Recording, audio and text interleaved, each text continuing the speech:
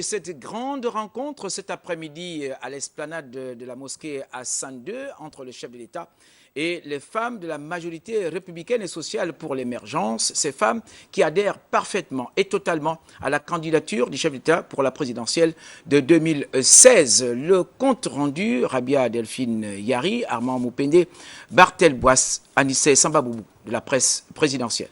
Seulement, après la déclaration de Port-Gentil au cours de laquelle Ali Bongo Ondimba s'est prononcé sur sa candidature à la présidentielle de cette année, les femmes de la majorité républicaine et sociale pour l'émergence ont tenu à donner un quitus à leur tête de peloton.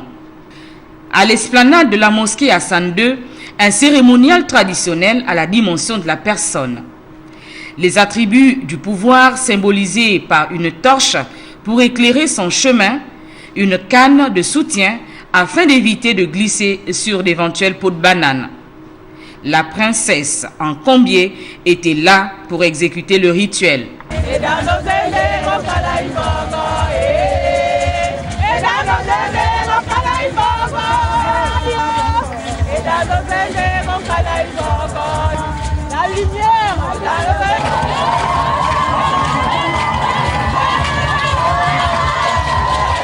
La coordination des femmes de la majorité républicaine et sociale pour l'émergence n'a pas fait dans la dentelle.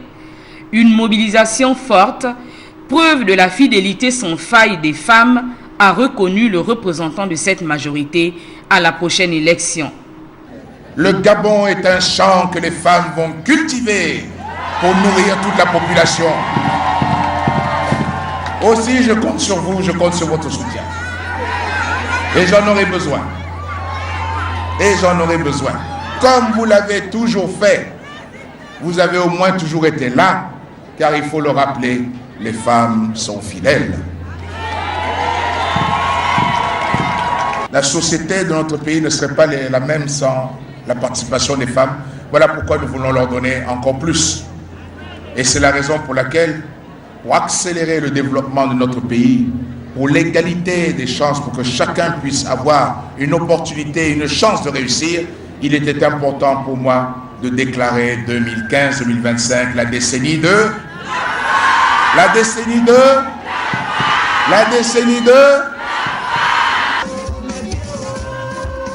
Ému par cette présence massive des femmes, Ali Bongo Ondimba a dit compter sur leur soutien concret afin qu'ensemble ils puissent continuer l'œuvre de développement socio-économique de notre pays.